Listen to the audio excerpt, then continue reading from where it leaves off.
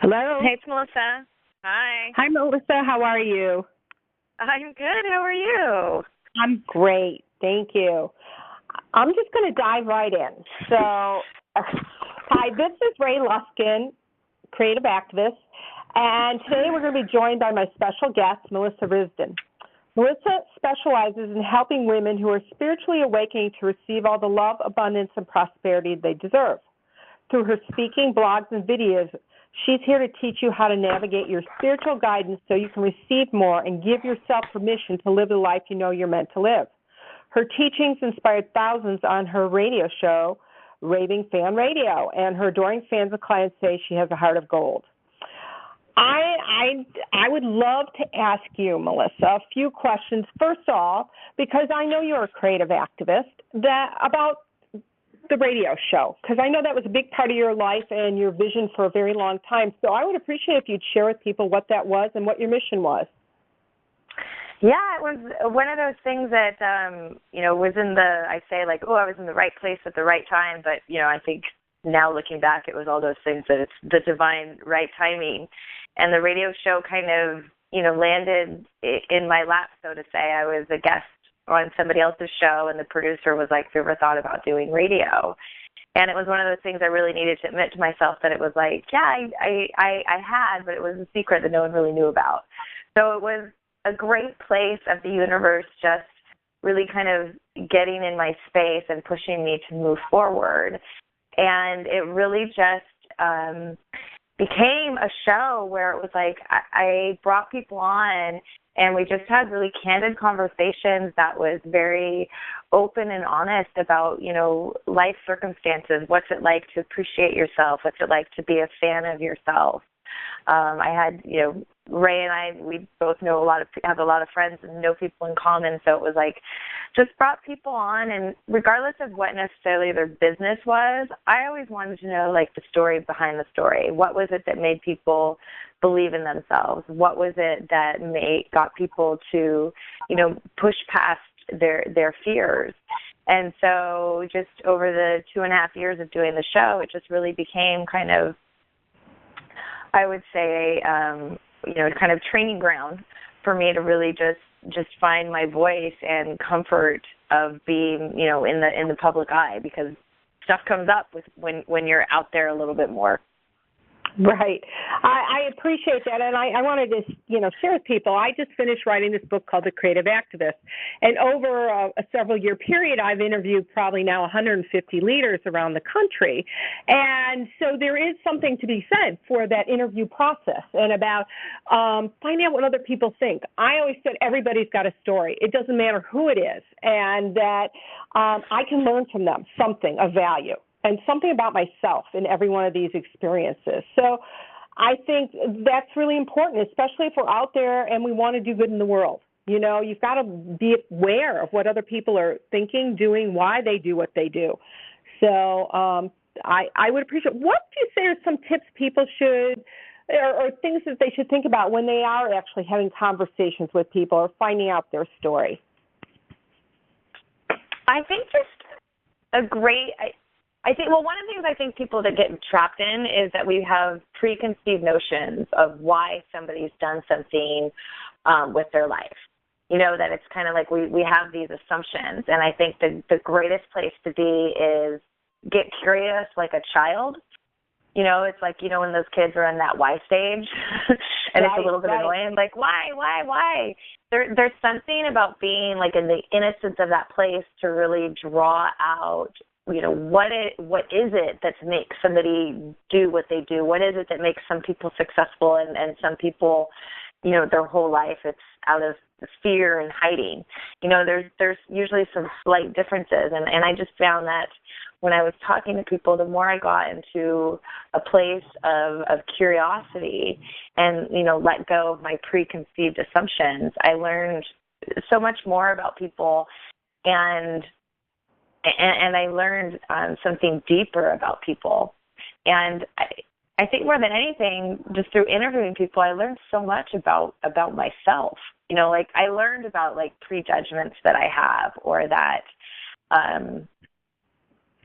sometimes I get fearful to dive deep and ask questions. I know what I want to ask, and then I know what's politically correct to ask. And so it was kind of a process of just really learning to be okay with myself and ask sometimes questions that were uncomfortable. And it brought out some of like just the most beautiful truths of people. I agree with you. It is a place of it's a place of wonder and joy to me to find out somebody's story. And I know I was blessed by the people I interviewed because they say, "Oh my God, I never thought of that. Oh, that's a great question." And obviously we both have the skill to make people feel comfortable, because you are not going to do it if somebody's attacking you in any way. You have to feel safe and supported to have these kind of conversations. And I think that's how we change the world, is through conversation. I think that's one of the keys of being a creative activist is you have to have new dialogues and share what's important in your life and be authentic. And I know that's the work that you've been leading people in right now. So what are some of the tips and tools that you have for people to get into that place? Well, it's been interesting over the years because I've really found that on each step where I've kind of expanded my own awareness, or it's like even just, the saying yes to the radio show, it's like there's been a place that I've had to give permission to myself. And I know it was, I no longer am good on timelines. I don't remember when, but I started asking people, it's like, who do you need permission from to do the things that you want to do? And it's like, it's so often, it's like, people have stories, about like restrictions from spouses or family. It's like and people, we limit ourselves based on what we judge these outside people may think. But I really started to really find that those are really just excuses for our own fears. And, it's really just about giving yourself permission to fully step into your power. It's like over the years, for instance, for me, I've dived deep into personal development. I love learning more and more about myself. I love diving deeper into like my, blocks that I've carried around with myself that, of a fight that I had with my sister when I was 7 years old that is stuck in my psyche. Like I love diving deep into that stuff and finding out why. And, I've also learned that like, my mother, my father, my sister, her husband, like they're not into that stuff. And so for a long time, it was like I felt like I was battling this acceptance piece of accepting myself and my truth and not wanting to alienate my family. And the more I gave myself permission to be who I truly am, the true gift that came out of it is that I started to see my mom for who she is as opposed to who I wanted her to be. I started to see my dad for, how he loves and why he loves the way he does as opposed to the way I wanted to be loved. And, I used to fight a lot with my sister because I think we were kind of battling to convince each other that I'm right, no, I'm right, no, I'm right. And it's like, I just see her now as this, like amazing, beautiful mom who's creative and who's ambitious. And so it was like the more I accepted myself and gave myself permission to be who I truly am, the more I also accepted the relationships around me that were kind of quote unquote causing me problems. Mm-hmm. And that was something that I never expected to come out of it. So I think that just giving yourself permission to be who you truly are, and some people want to be a singer, but everyone in their life has told them they're not a good singer. And it's like, well, go and surround yourself with people who will appreciate the fact that you have the courage to get on stage, appreciate the fact that you can bring your voice to a certain tone, that, surround yourself with people that can nurture you and love you through the, and be gentle with you as you explore your own truth and really give yourself permission to emerge in the world as to who you are and what it is that you want to do or be. Right. Well, you touched on two things. I understand about giving permission because, I work in the realm of creativity, and it's like, oh, I can't draw, I can't do this, somebody told me I'm terrible, I can't sing, just like you were saying, or I had the triple whammy. I was told I was a terrible writer, I was a terrible painter, and I couldn't sing. Please mouth the words in chorus, And it's like, oh my word, and I believed these people for many, many years, and it was really diving deep and saying, okay, that's their truth, that's not my truth. If I listened to them, I wouldn't have written a book. If I listened to them, I'd never painted. It's like, now singing, I still don't sing well, but I enjoy it, and it doesn't matter. So, right. I know we were at a sassy retreat one time, and we were playing a game at a table, and I said, it was, what would you be if you could pick any career or anything in another lifetime that you wanted to be? And I wanted to be a torch singer. And here I don't have a great voice, but I started singing the Itsy Bitsy Spider in a very sexy voice. And, everybody cracked up laughing. But that was it. It was about my truth and being that person, just like you were saying. And too many of us don't. And I think that we all, when we own our truth, we're happier, we're more peaceful, we're kinder, we're more compassionate, and we do change the world. There are ripple effects when we are embracing our truth that we don't. If we're always struggling, well, that's what we put out to the world, and that's what you get back. So I appreciate what you said. And I think the second point that you made is about finding your tribe. You've got to find people to be connected to who will support you unconditionally on those, but will be truthful as well, So, if you're falling off the wagon a little bit, okay, course correction here. So, right. So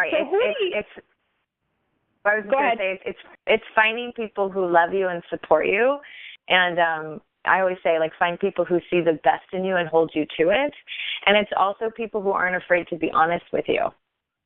Right. I think that's really critical. Yeah, I think that's really critical, that it's like they see you and they see the best of you, and they're also gonna call you out when you're not doing your best, or they're gonna sometimes I need a quick little kick in the butt to get moving on stuff, and so I surround myself with people who will do that for me. So why do you think it's so difficult for people to? Well, I guess what I've experienced a lot is, so many people, especially solopreneurs and women, we're busy taking care of the world. We are, we're so involved and invested in and it has to be perfect, like you said. It's like, I'm at that stage in life. I've got grandchildren, and I'm babysitting, and then my mother needs help and care, and you're sort of caught in that, and it's like, how do you find that space for yourself, and how do you nurture yourself when you get into those spaces, and what do you suggest for other people? A big thing that I have adopted as of lately, and I'd say, since probably September of last year, that I've been really religious with, is that I've been doing a daily meditation.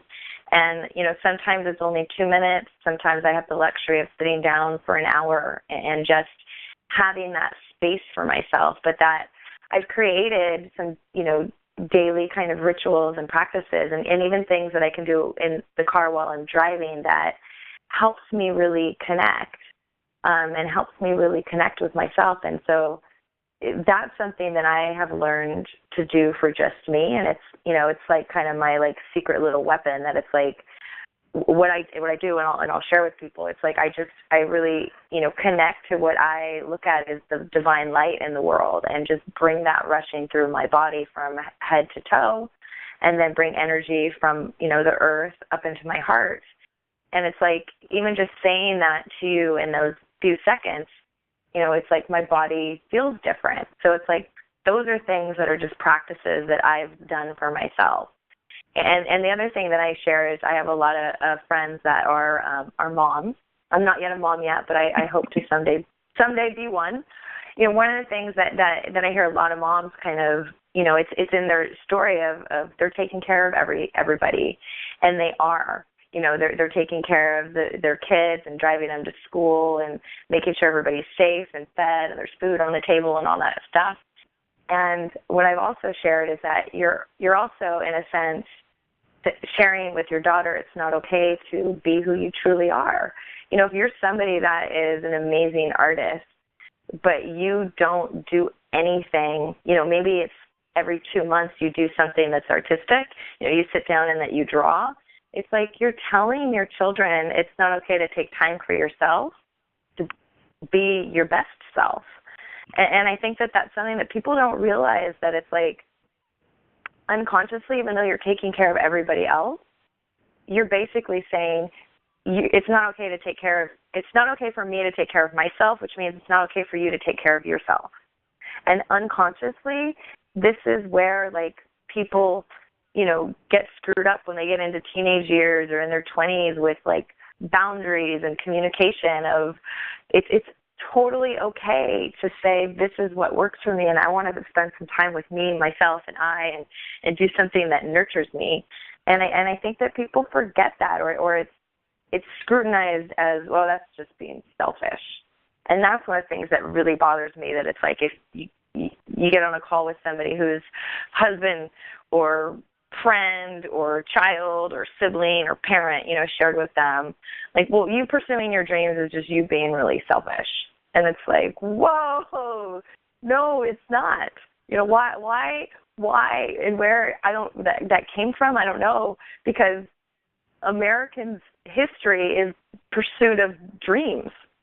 You know, the whole country was built on people leaving their comfort zones to come to a far-off place. And yet still in society, sometimes it's like look at like it's a negative notation with people pursuing their dreams. And I'm like, I kind of look at it this way. It's just a test to make sure that it's just the universe's way of testing you to say, are you sure that's really what you want to do?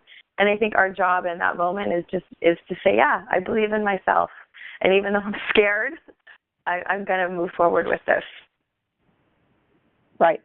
So I love that, you know, because one of the chapters in my book is of the creative activist is called Dream a Better World. And it's all about visioning and taking our visions and you know, and vision doesn't, to change the world could be to have that better line of communication with your husband, or to have more time for yourself, you know, to give yourself permission to be everything you wanted to be, or to go back to that childhood dream that maybe you wanted to travel the world and you haven't yet. So I totally get that. I think it's really important that we follow our dreams. And sometimes, like you said, we get stuck in what other people want for us, what the expectations are.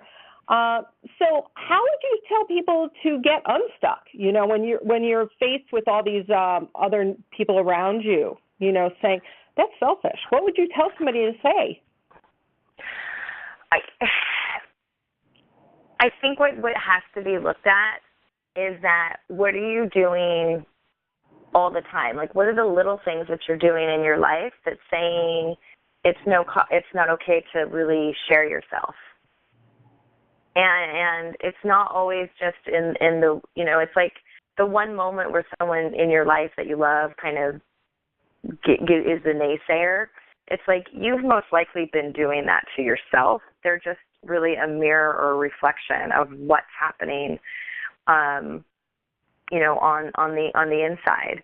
You know, for example, years ago, I was dating a guy. He lived in Australia, and we were talking about of me going out there to see, like, how could this relationship continue. And I was terrified because I was like, you know, a grown adult, and yet I was like, oh my God, you know, my parents won't accept this, or they won't agree with it. And I was also really fearful of, like, God, could I really leave my life and go over there and take chances? And so I had this huge amount of doubt and fear about it. And I sat down with my parents one day, and it's like, if you think about it energetically, no matter what words came out my mouth, my whole energy was fear around the possibility of going to Australia. And so, not ironically, you know, one of the first things out of my mom's mouth was something that was really, like, negative and hurtful. But it was it was a perfect reflection of what was going on the inside. And it had so much less to do with her and her words. You know, for a while it was me saying, like, oh my God, I can't believe my mom just squashed my dreams. But it's like I was squashing my dreams. My mom was just a mirror for what was going on the inside. So it's really not about that other person. It's just like, what am I doing on a daily basis that's squashing my dreams? And I think... Yeah, go ahead. I was saying, and I think just becoming aware of that just helps. Like for me, major things that I've overcome is like having, that really strong critical voice in my head. With me being critical or self-judging, another thing that I've really had to deal with is the I don't know, which is really just about like the fear of just taking a stand for something. It was like I was safer in the, I don't know, which is this like wobbly, uncomfortable place, but it was safer than saying yes or no to something. And it's like, you just have to start to realize, it's like, what are you doing on a daily basis that's squashing your own power, your own dreams, what are you not giving yourself permission to be or to do on a regular basis on like the smaller things? Right. I do a lot of writing and journaling. So, I mean, I need those activities to take me to that place. I'm not good just in my head, So, and I believe in the power of actually when you write things out, there's a body response, there's somatic response, and more neurons are firing and all that kind of stuff. So I do a lot of inquiry that way. And I know for me, I need to, I've gone back and sort of done a timeline on some level of many of those instances when I let somebody else squash my dreams. And it was like, well, how did I feel? Where did I feel it in my body? What did it look like? What did I learn from that? Because there's always something positive, I believe, from every lesson. It's like even, when I got divorced and I was like, okay, but the good thing was you did something different. You created 2 weeks in 2 weeks custody. No one was doing that. No one was doing, now they call it conscious uncoupling, but we did it, 20 years ago. And, but sometimes it's connecting those dots. And I think that's part of that process that I needed to do in my lifetime. And that's how I sort of approach these kind of situations. But I think when you go back and you look at this and you look at when you've been afraid and what's happened when you've taken a leap of faith, and all of a sudden you build the success journal for yourself of, oh, when I did do that, look what happened. Oh, wow, I felt really good. I felt confident. I had more self-awareness. I had more strength, whatever it is. And I think those kind of tools, when we have them, we can take them forward into whatever the next dream is. Yes, definitely. I'm a huge fan of journaling. I'm a huge fan of, journaling like with the parts of you that feel resistance or don't feel, comfortable giving yourself permission. I think that's a beautiful practice and really something wonderful to have because it helps you move through, the emotions. And another thing I always, talk to you, whether it's girlfriends or clients or just people, anyone who will listen, in our society, it's almost like it's negative to have strong emotions. And it's like we are creatures that have emotions, and especially women. Like we've got so many emotions, and that's what makes us so, beautiful and unique and feminine. And it's like, don't be afraid of your emotions. Don't be afraid to dive deep into how you're feeling about something, even if it's, anger or depression or sadness. But it's like, dive deep and admit to yourself how it is that you really feel about something, because I think that's the fastest way to release it and to not let something have a hold of you. Mm-hmm. I have just one or two more questions. Why do you think it's so difficult for people to ask for help? Especially women, I think, have a tougher time. Well, I think that, we're kind of looked at, we've got to do it all on our own. It's almost like, I grew up in the 70s and 80s, and it was, the tailspin of the women's lib kind of movement. And it was like, I know for me that I just really adopted on, like a stubbornness of, I can do anything a boy can do, and I can do it better kind of feeling. So it was almost this sense of having to prove myself. And I think that it's like everyone thinks that we're expected to be like the superwoman or the super mom, or you know what I mean, that it's like we're supposed to have everything together. And I think people judge like asking for help as weakness. And it's like, there's a strength in vulnerability, so that it's like if you need help, it's important to ask. That it's like I've learned that it's like if I'm having a bad day, like I've got a group of women that there's always going to be somebody that can be like, hey, like I had a conversation with somebody, it was really difficult and it's bringing up a lot of emotions, and I just really need to talk about it with somebody. So it's like I've learned and conditioned myself to ask for help, when it's like I'm having emotions about stuff, because it's so wonderful to have somebody be there for you and let you know that it's like you're not crazy for the way that you're feeling and there's nothing wrong with you and everything's okay. Or just having a safe space to just share and get something off your chest. I think that's a way for women to really process and move through things. And I think just being more and more comfortable asking for help, I think really helps propel people forward.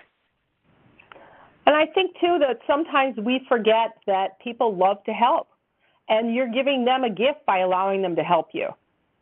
Yeah. And I think it's that, like, the name of my business is Permission to Receive, and I think that there's something uncomfortable about receiving help. It's like I know, like, women notoriously are givers. They give, and give. But sitting back and not receiving, it's like it's so like the yin and yang. It's the opposite of the giving, and you need to have that balance. So really learning to nurture that receiving side. A massage, a help with dinner, help with the kids, somebody right. Proofread a blog. That it's like other people want to help, so it's like give them the opportunity, and then also give yourself the strength and that muscle to receive help. Right. I totally agree, and I know I personally have been challenged in that area many times, and it was like, especially when I got divorced, so I have to do it myself. And I didn't feel I could trust other people to do it either as well as me, or they disappoint me, so why bother? So there's a lot of reasons why you don't necessarily ask for help. And it took me a long time to say, okay, yes, it's really important. And that's part of the piece, at least that I think of connecting and collaborating in another way, too, because so much of the work I do in the community is about collaboration. And if you think you can do it all yourself, you're not going to get very far. So, yeah, I do appreciate that. I'm just sort of curious for one moment, how would you tell people to avoid burnout? Because especially if you're doing it all yourself, you're going to have burnout if you're taking care of everybody. And what would you say to that? Any suggestions?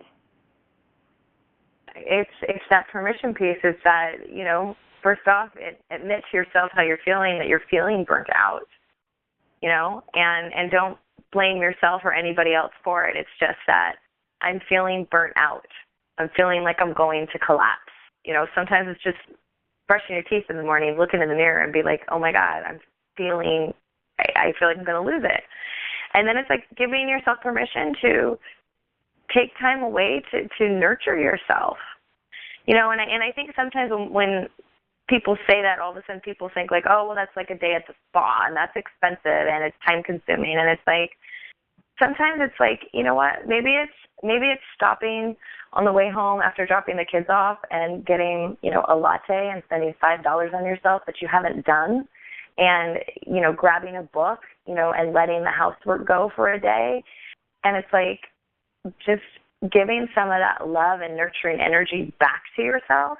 And you have to give yourself permission to be in a place of first wanting for it, giving yourself permission to, ask for it if it's in family dynamics, and then also receiving the time for it, in that place of just being able to receive and nurture yourself kind of back whole. Because otherwise what happens anyway? You get burnt out and you get sick anyway, so it's like then you're laid up for a week and nothing gets done anyway. So you might as well take a half a day when you're feeling it. Admit it to yourself you're feeling it, and it's like take a half a day and enjoy some time with yourself. Especially for women that are in families, I think that they forget how much just sometimes having some solitary time is important.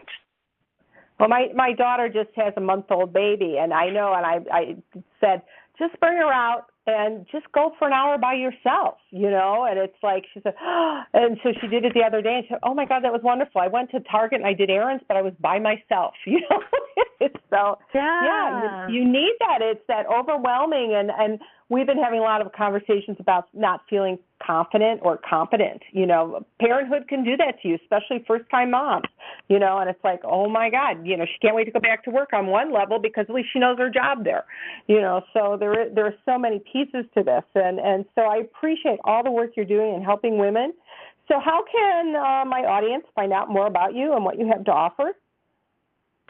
If they head to my website, I've just made it really easy. Everything's just under my name. So if they go to melissarisdon.com, that's just the homepage. And there's like a weekly newsletter that I send out. I don't really like the newsletter. I really say it's kind of more of insights, because sometimes it's just me sharing like a journal entry, and sometimes it's me just sharing stories on what it is that I've gone through. So there's that aspect if people are interested. And I have a few different programs of some one-on-one coaching that I do that people can take a look at there. And a big thing that I'm working on now with people is that permission to receive guidance, because I feel that so many women are really awakening into their true self, and they're needing help kind of interpreting this spiritual guidance that's coming through. And it's without even thinking that I just easily help people kind of make sense of it, so that you can listen to what that spiritual guidance is and get things done faster and more efficiently from that place. Well, thank you for sharing your gifts and talents with us today, and I so appreciate it. And this is Ray Luskin from The Creative Activist. I hope you all have a nice night.